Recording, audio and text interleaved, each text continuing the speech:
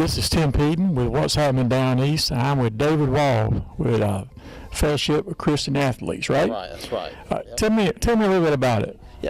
Well, FCA has been around for over 60 years, and we've been in Pitt County probably almost that long, and we cover all the surrounding counties, so we're down around the coast. We're all over North Carolina. We're in every county, and my job is basically covering eastern North Carolina, which is pretty much everything above Highway 70 and east of Highway 95. And we work with the middle schools, the high schools, and the colleges, and we work with elementary age students, but mainly like with Little League Baseball, Pop Warner football, stuff like that. We don't do as much in the schools with the younger students, but we love working with our coaches. We love working with our students, and FCA is really open to anybody. It's just our platform is athletics, because athletics is like a magnet, and it breaks down all the barriers. And if I take an ECU football player or a basketball player or a cheerleader into a school, the kids just love it. And it's just a great opportunity to bring kids together, and then we share our faith with them. So it's a great time.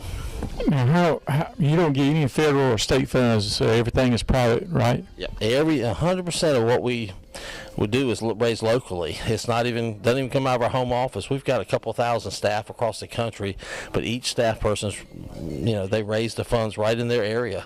So it's pretty cool. Everything we've done for I've been full-time for 10 years, has come 100% out of eastern North Carolina. Just folks who support us monthly or support us, with one-time gifts, that type of things. But it's great just to have folks partnering with us financially. So if a business or a church wants to give, is it tax deductible? Oh, yes. Yeah, we're a tax deductible organization. We love our church partners, and we love our businesses. We have a lot of those who support us financially, and then we've got a lot of folks that just pray for us. We've got a lot of folks that come alongside and help us, whether it's working with a middle school huddle. We call our groups huddles, and but we've got a lot of local folks that help us out. We got a lot of youth pastors that help us. So it's a lot of fun to get, to be able to partner with our local churches. Now, in Greenville, you got a golf tournament next Monday, right? We do. It's Monday. It's April 30th, and usually we don't have our banquet and our golf tournament right together, but this year it happened that way. But it's out at Brook Valley.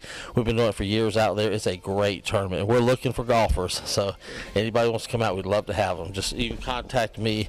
My website's easterncfca.org.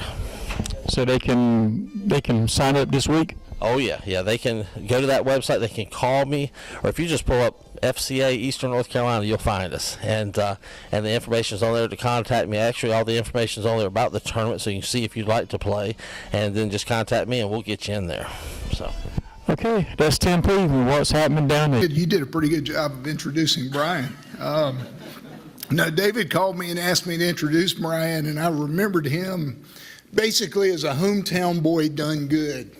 That's the best way I can say it in Beaufort County. But I remember his days at Rose. And I remember he went on to the Naval Academy and was a really humble guy when he was here. And so, usually when I have an opportunity to introduce a speaker somewhere, you can get a bio. You get pages, and you sort of feel like you're getting photos and all this stuff that justifies their invitation to be a speaker. So I reached out to Brian. I said, Brian, tell me a little about yourself. Give me your bio. And his response was, hey, Hale, thanks. I don't have much of a bio. And I was like, dang, that didn't help. So I decided I would reach back out. And I said, Brian, you're a humble guy, and you can be humble, but I can brag about you. So give me some stuff. So he came back with vanilla ice cream. It was Rose High School 2003 to 2006 seasons. He graduated in 2007. I think it was important that he let me know he finished the year after his senior year that he played. It didn't take him longer to graduate from high school. He attended the Naval Academy Prep School, then went to the Naval Academy, and he said he, quote unquote, played football for 4 years, with the term played loosely applied. And what was interesting? He sent me a few things, and there wasn't a darn thing in there about statistics, personal achievements, or team achievements. And I was like, I remember this guy won a couple of state championships, and I could just feel the humidity, and I didn't want to pry. Obviously, he had me at full stiff arm. So I reached out to teammates, coaches, friends, teachers, and things came out. Nobody sent statistics. That was pretty cool. People came out and said, he was a friend. They said he was humble, that he was a leader, he was a winner. I said, that's pretty neat, but I need some stuff to give you guys. So I'm thinking, okay, where can I find this stuff? Well, deep down in the internet, don't ever post anything you don't want to be seen. I found him on the Naval Academy Sports website. So he's the son of Joe and Mary, brother Jeff. Went to Rose 2003 to 2006, 4-year letter winner at Rose. This is what's amazing to me. Those 4 years, Rose was 60-4 in football. So when Brian was the starting quarterback, they were 32-0. He didn't lose a game. 2-time All-Region, offensive MVP of the North Carolina State 4A championship game. This is a humble guy who's not going to tell you what he's done. 2006 Daily Reflector Offensive Player of the Year. 2007 Rose High School Male Athlete of the Year. Member of the National Honor Society. Joe might have been most pleased with that one. Went to Rose, went to the Naval Academy Prep School. Played safety all 4 years that he was there. They didn't put quotes around played. They did talk about some knee injuries and it forced him out. But I want to tell you a little bit about what it takes to play sports at an academy. I read a couple of books a couple of years ago, and Brian, I apologize. These are about West Point. And I know there's a big rivalry game in late November, early December, but both of these books, thank you. I just got out of the Water's my introducer. Yeah, the air in the OR was a little dry a little while ago, but anyway, there were 2 books. There was one where there was a reporter from a national magazine that went to West Point to write an article. And he thought he was going to write an expose about how bad the academies were. And the commandant looked at him and said, "You're welcome, stay as long as you want." And this guy followed a class through 4 years. And what he came away with was, these are not your typical college kids, and this is not a typical college experience. These kids are there to be trained to serve and protect us. They're there for a different purpose. The second book I read was, and Brian might even be more upset about this one, because it was a guy who followed West Point football team. Now, I do remember that Brian went to the Naval Academy, but the guy followed the West Point football team from the beginning of the season to the end about 4 or 5 years ago. It's a fascinating book. And the name of the book was Soldiers First. Well, in Brian's case, he was a sailor first. And these guys, when I played college ball, some of you guys played college ball, it's all about the sport. Many of the players, everything is all about Saturday. I mean, they arrange their schedules around it, arrange their academics around it. You're told what you can major in, what you can't major in.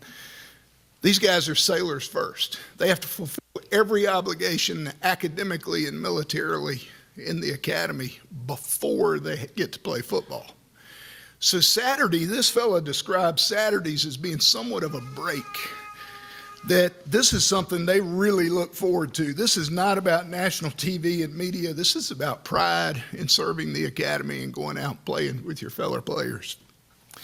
So I just want you to have that perspective. This is not your typical athlete who's coming to share with us tonight. So Brian, when he finished at the Naval Academy, he was commissioned in the Marine Corps, where he served 5 years, spent a good bit of that time at Camp Lejeune, transitioned out of the military in May of 2017, and he's beginning his 2nd year as the Director of Football Operations at the United States Naval Academy. There's one more thing in his bio that I thought was really cool. He said, "My greatest accomplishment is my wife, Kristen, and Maddox, who's 4, and Rosie, who's 11. That typifies Brian. That's the only statistic he gave me, the ages of his kids. So Brian, it gives me great pleasure just to welcome you back to Greenville, one of our own, Brian Blick.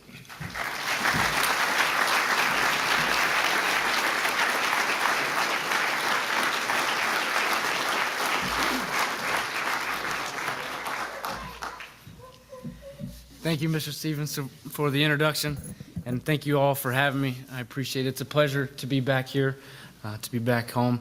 A couple months back, Mr. David reached out to me and asked me if I'd be interested in coming and speaking at this event. And I was like, yeah, that's awesome. It's a great opportunity, and was extremely excited about it. And then he told me who had spoke at the last couple ones. I'm like, oh, I don't know if I can live up to that. So just as a disclaimer, I don't know if it's going to be like that. But no, I'm just really fortunate to be here. And so as he kind of mentioned, now I'm the Director of Football Operations up at Navy, and like what that means, I don't know. Your guess is as good as mine. So Coach Nehemiah, he's our head coach, and big Hawaiian guy, and he calls himself the food coordinator for our team. So I'm sort of like the assistant food coordinator, and so I've gotten pretty good at looking at banquets and their staffing and everything. But so before we go on, if we could give a round of applause for the staff here at Rock Springs for doing a phenomenal job.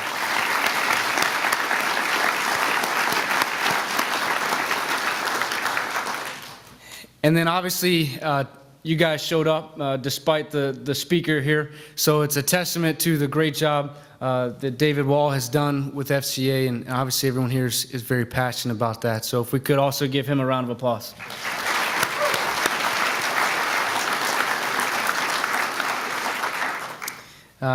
So we live up in Annapolis now, and we love coming back home. Greenville is very important to Kristen and I.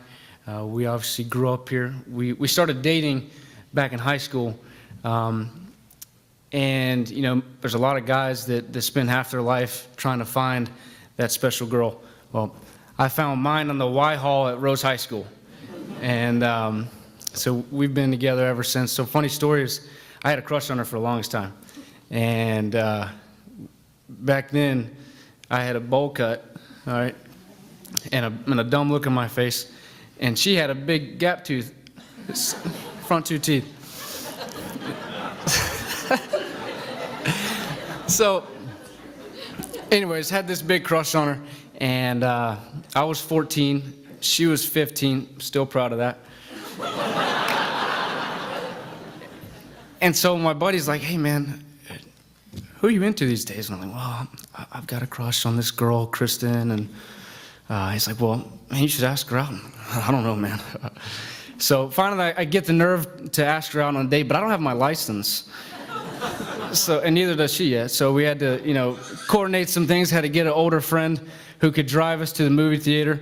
So we go to the movie theater over on Fire Tower, and we go see this scary movie. And I hate scary movies, and I won't watch anything that is scary. It's got to have a happy ending. But we go to this movie, and so I had it all planned out, the way this was going to go down. So we sit down in a seat, and Kristen sits to my left, and I'm sitting there, and I got my hand kind of on the edge of the seat, just hoping she'd take the bait. We can go through half the movie, and she's not biting. So finally, the scary part of the movie gets going, and the music crescendos, and bam, the guy pops out of nowhere. So I jump and I grab her hand, and that's all she wrote. Now we're married and we got 2 kids. No, but I also always joke on her pick that I got her at the right time, because fast forward a couple months after that, maybe 5 or 6 months, she had gotten her license at that point, and so I had saved up a little bit of money, and we were going to go on a nice date. So I tell her to drive, and I hop in the passenger seat, and we go to my favorite restaurant, and we pull into the Bojangles over there. And we go to the one by Steinmar, because you guys know that's a nice one. And we sit down, and I'm eating my Supremes, and she's got her Cajun filet. And I'm looking at her, I'm like, the true story, I'm like, this is the most beautiful girl I've ever seen. And it was one of the first times that I ever felt that His hand was in my life. Because at that moment, I realized that gap in her teeth had closed. And there was no way that if it had closed 4 months prior, that I would have ever gotten a shot with her. No way. No, we obviously had a great time together at Rose High School. And I enjoyed my time as a football player, as an athlete there, and as a student. And we had some good football teams while I was there, and had a fortunate to play alongside some very talented athletes. Some of them are here today, some of my buddies that I played with. And there's a couple guys that went on to go in the NFL, a couple multi-year NFL guys. Collectively, we were able to string together some special seasons and do some great things. But it was kind of during that time that I came to realize that the influence that sports and athletics can have on a community and on people, and specifically student athletes. And I fell in love with that. And it kind of reshaped how I looked at athletics and everything. And just by chance, I got to meet Mr. Wall, and started getting involved with FCA a little bit. And I was a really poor huddle leader. He probably wouldn't say it, but I was really bad. But I actually got drawn in by the donuts, so that was a good point as we were getting started. But so it was during that time that I got interested in the influence that sports can have. And what I realized is that's what I felt my calling was in life, was to try and make an impact using the platform that sports had given me. And at that point, I had it all figured out. So I was going to go play college football, and I was going to be Tim Tebow. Before Tim Tebow ever came out, that's who I wanted to be. So I was getting recruited by Navy, and I went up there to visit, and I fell in love with the place. And I call Kristen up, and I say, "Hey, Kristen, I'm going to commit to Navy." And she started crying right off the bat, because she knew that there was a military service deal on the back end. But this was sort of the start of a journey in my life that's led me to where I'm at now. So from there, I went to the Naval Academy Preparatory School. It's where kids that aren't very smart, we send them up there so that they can actually make it and acclimate into that kind of environment. And also we use it as like a redshirt year because we can't pay, we don't redshirt at the academy. So I went up there for a year, tried to get a little bit smarter so I wouldn't flunk out, and had the opportunity we play a full season, and I did pretty well. And at that point, in my mind, I was going to be a 4-year starter at the Naval Academy. And mind you, I'm going to be Tim Tebow, I'm going to win the Heisman, we're going to go to a BCS game, we're going to do great things. And at the same time, I'm going to use this platform to glorify the Lord. So if anybody here, some of you have played college athletics, if you had the chance to redshirt, you're always looking for your shot. And you're waiting for that next year till you finally get your shot. Every workout, every rep, everything that you do is geared towards getting that shot.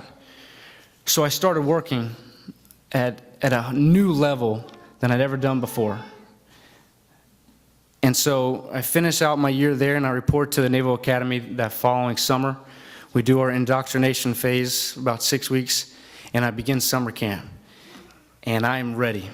And I had a pretty good summer camp, and there's a couple upperclassmen in front of me that finished out, but I was still listed as the top freshman quarterback following the camp. That doesn't mean you're going to get the dress or play or anything, but so I felt pretty good about where I was at that point in my career. And I still am looking for that shot in the spring. So each day I started waking up at 5 in the morning, and I'd come down and I'd watch film, and I'd do drills, and I was prepping for that opportunity that I would hopefully get in the spring. And every day, that's what I was adding to. In the back of my mind, I was doing everything right off the field, I was doing everything right on the field, and there was no doubt that because I had this idea that I was doing it for Christ, that it was all going to work out for His greater glory, right? So fast forward, I do that for about 7 months. And I feel like I'd put in the sweat equity and all the hard work that it takes that's going to be successful on the field. So about 2 weeks before our spring football season is set to begin, I go into the offensive staff room where I'd watched film every day for the past 7 months. And I look at the depth chart, and it had changed. And my name was no longer listed where it was, but it was dead last on the depth chart. I thought it was a mistake. There's no way. I hadn't even taken a snap yet. So I go into my position coach's office, and I say, "Hey, Coach, I just happened to notice that the depth chart has changed. And I don't know if there's a mistake, but I'm dead last. I don't know if you know, I'm dead last. And he's like, yeah, man, so the staff, we made a decision. We're going to go with some other guys, all right? And we got a limited number of practices in the spring. There's only 15, so we're going to have to concentrate our reps on those guys. You might get a shot in the fall, but you might not. I'm just going to tell you like it is. And if I can describe to you how demoralized I would, if I could do that, I would, but I can't. I was crushed. And it was during that time that I had to begin to soul search. Because I was, to be honest with you, quite mad at God. And I couldn't understand why he would do that after everything that I was doing for him. In my mind, the stuff off the field should correlate to the field. I thought I had it lined up because to that point I'd never drank, I'd never smoked, we never had sex. I was doing everything right. I never missed a Sunday in my life of church. So why would this happen? So each day I started going to the chapel before I went to class, and I was trying to figure things out, and I was just hoping that God would speak to me so I could get through this time, and I was trying to figure out if I was going to transfer or if I was going to quit or what have you. And so one morning I walk into the chapel, and I do one of those lottery flips for your Bible, you know, where you're just kind of like, hey, man, just speak to me. Whatever it comes to, I'm going to read it, and I'm really hoping that this one's going to talk to me. So I flip it open, and it lands on Paul's first letter to the Corinthians, chapter 9, verse 25. And I read it, and I start sobbing,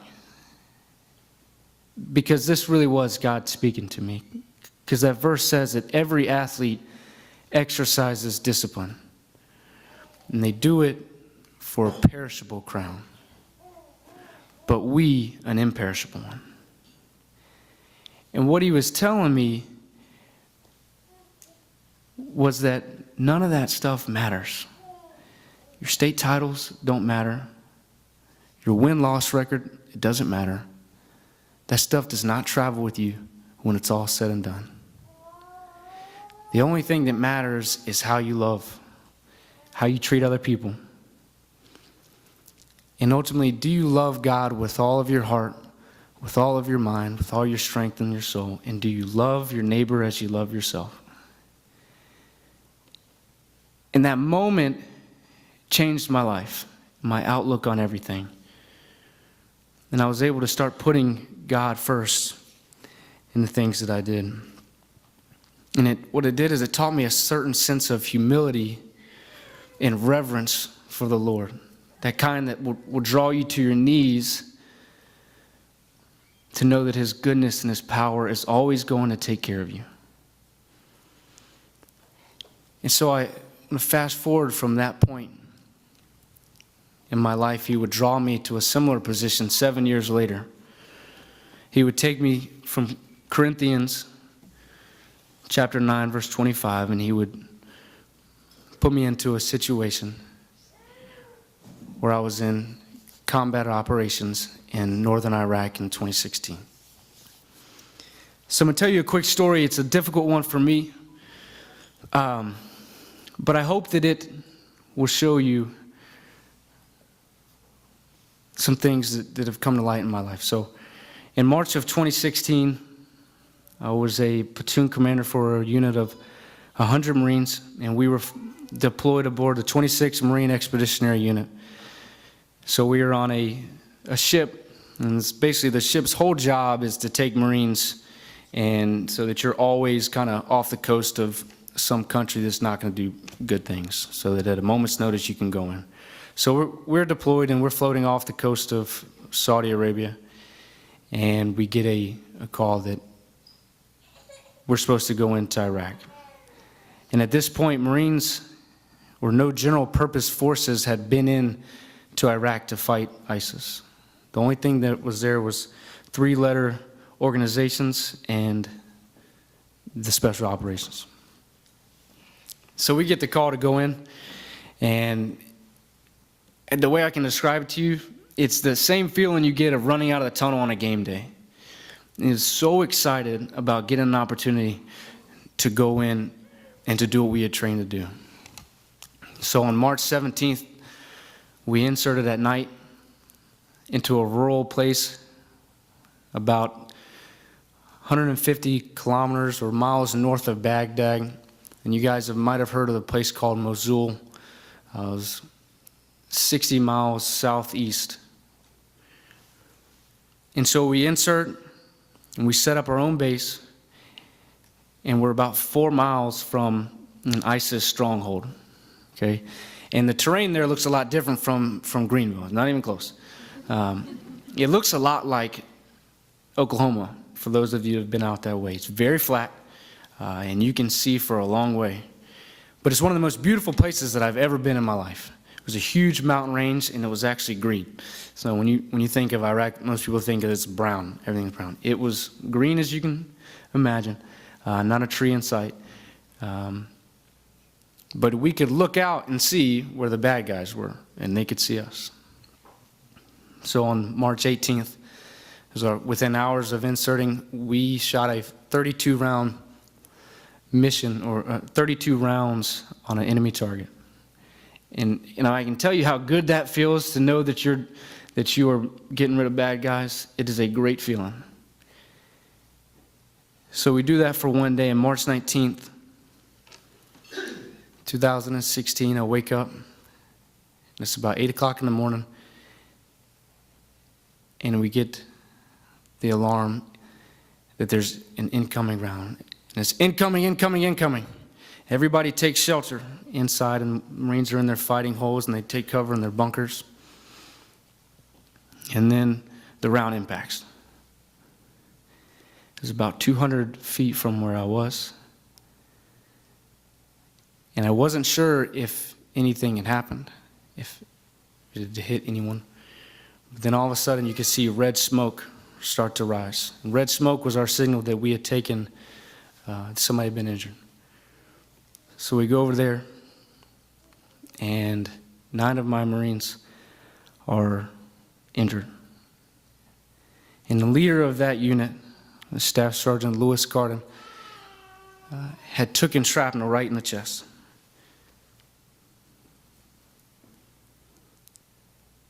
Staff Sergeant Carden wouldn't make it another 20 seconds. He was the only Marine that's been killed in action in the last 4 years. If I can describe to you the feeling that knowing that someone beside you, one of your own, one of your brothers has been killed, and also that we're not going anywhere, and they just shot 1 round and killed one of our guys, is a terrifying ordeal. And in that moment, you have to come to grips that you might not come back. So for 70 days, we were in this small outpost, and repeatedly and constantly attacked by ISIS. And it was by the grace of God that he was the only one that was killed.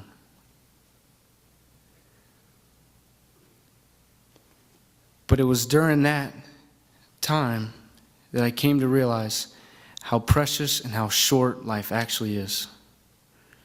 That not a day goes by that's an accident. Every day is a gift. Every day is an opportunity for you to make an impact on somebody's life. We all have that ability. And then if you're here tonight, then you're here for a reason. There's a lot of things that could have gone wrong along the way that could have taken you up to this point. But if you're here, then God has a plan for you. That I know. I want to share for you one last story, and I'll finish up. It's a story about an old man on a beach. This old man's walking on the beach, and he sees a young boy off in the distance. And the young boy's bending down and picking something up, and he's chunking into the ocean. And as he gets closer, he sees that it's a bunch of starfish all over the beach. They've been washed up by a storm the night before. And so he gets up to the boy and he says, "Young man, what are you doing?" And the young kid looks at him and he says, "Well, these starfish washed up, and if I don't throw them back in there, then they're all going to die." And the old man says, "You're out of your mind, kid. You're never going to be able to throw all those back there. They're going to die regardless. You're wasting your time." So the young kid looks at him and bends down. He picks up another starfish and he throws it back in the ocean. And he looks at the old man and he says, "Well, it made a difference to that one." So each day we all have an opportunity to make a difference in somebody's life. And what I would tell you is this: the difference that you can make in somebody's life is not going to be earned by how many wins you can accumulate, how good you are in sports, but the biggest impact that you can have is how you love and how you treat other people. And if you trust in God more than you trust in yourself, then He'll take care of the rest. He will use you in a way that sports can't. And so I'll finish with this. And this is sort of my prayer for all of us here, is that we will surrender to the Holy Spirit and allow Him to work in our lives in a way that maybe we don't want. And if we can do that, then we can transcend society, we can transcend sports, and we can make a difference in our country. That's all that I got for you guys tonight. I want to thank you again for having me. I appreciate this opportunity, and may God bless all of you. Thank you.